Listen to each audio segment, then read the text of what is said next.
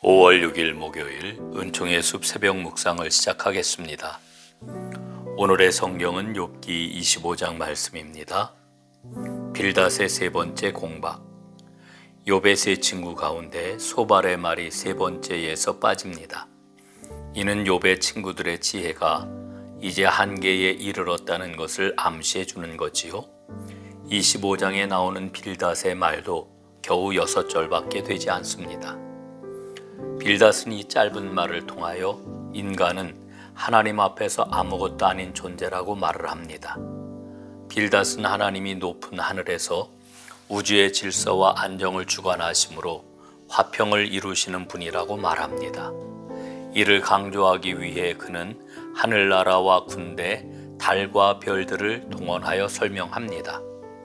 빌닷이 이를 통해 하나님과 인간 사이에는 건널 수 없는 간격이 있다는 것을 말합니다. 아름답기가 이루 형용할 수 없는 달과 별들도 그러한데 하물며 미천한 인간이 어찌 감히 하나님과 비교할 수 있겠느냐는 것입니다. 4절과 6절을 보십시오.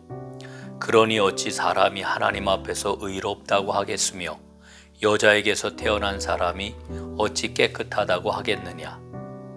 하물며 구더기 같은 사람, 벌레 같은 인간이야 말할 나위가 있겠는가. 구더기와 벌레는 비천하고 부패할 수밖에 없는 유한한 인간을 상징합니다. 이 말은 이미 4장에서 빌닷이 엘리바스의 발언에서 인용한 말입니다. 결국 빌닷이 욥에게 하고 싶은 말은 무엇일까요? 아무리 의롭고 깨끗하다고 주장해도 구더기와 벌레같이 미천한 존재가 어떻게 하나님 앞에 설 수 있느냐는 것입니다. 그러면 욥은 빌닷이 하는 말을 모를까요? 욥은 그 사실을 너무나 잘 알고 있습니다. 욥은 26장에서 빌닷의 말을 보충해가며 아주 상세하게 그 사실을 인정하고 설명해 주고 있습니다.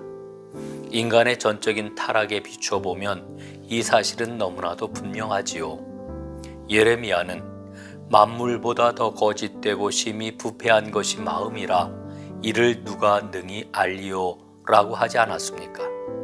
로마서에서도 의인은 없나니 하나도 없다고 했습니다. 그러나 이러한 주장을 펼 때에는 그 대상이 누구인지 그 상황이 어떠한지 살펴보는 것이 중요합니다. 지금 빌닷이 이 진리를 선언함으로 욥의 입을 막아서는 것은 친구로서도 논쟁자로서도 올바른 태도가 아닙니다.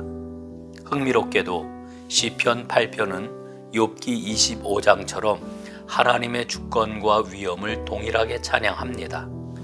그런데 하나님의 창조 질서 안에서 인간이 갖는 위치에 대해서는 매우 다릅니다. 빌닷은 하나님을 태양쯤으로 설정하고 달이나 별들도 그 빛이 결코 미칠 수 없다고 강조합니다. 그러니 구더기나 벌레 같은 인간은 달이나 별들보다도 형편없는 존재라고 비하하는 것이지요. 그러나 시편 8편은 다릅니다. 사람이 무엇이기에 주님께서 이렇게까지 생각하여 주시며 사람의 아들이 무엇이기에 주님께서 이렇게까지 돌보아 주십니까? 주님께서는 그를 하나님보다 조금 못하게 하시고 그에게 존귀하고 영화로운 왕관을 씌워 주셨습니다. 주님께서 손수 지으신 만물을 다스리게 하시고 모든 것을 그의 발 아래에 두셨습니다. 인간은 하나님께서 지으신 만물을 관리하고 보호하는 특별한 사명을 받았다는 고백입니다.